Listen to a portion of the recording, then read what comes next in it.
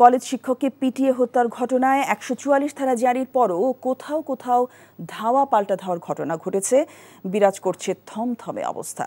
খাগড়াছড়ি শহরের পানখাইয়াপাড়া সহ বেশ কয়েকটি স্থানে পাহাড়ি বাঙালি শিক্ষার্থীদের ধাওয়া পাল্টা ধাওয়ার ঘটনা ঘটেছে।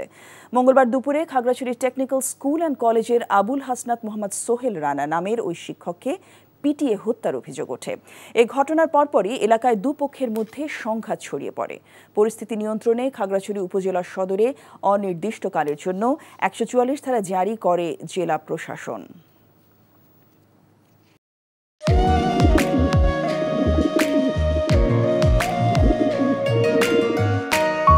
আমি রাশেদ।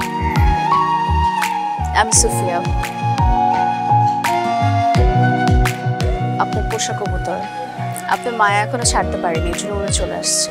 মায়া হচ্ছে ম্যাজিকের মতো, একবার মায়া বললে সহজে ভোলা যায় না। তুমি কি পাগল? আমি পাগল তো।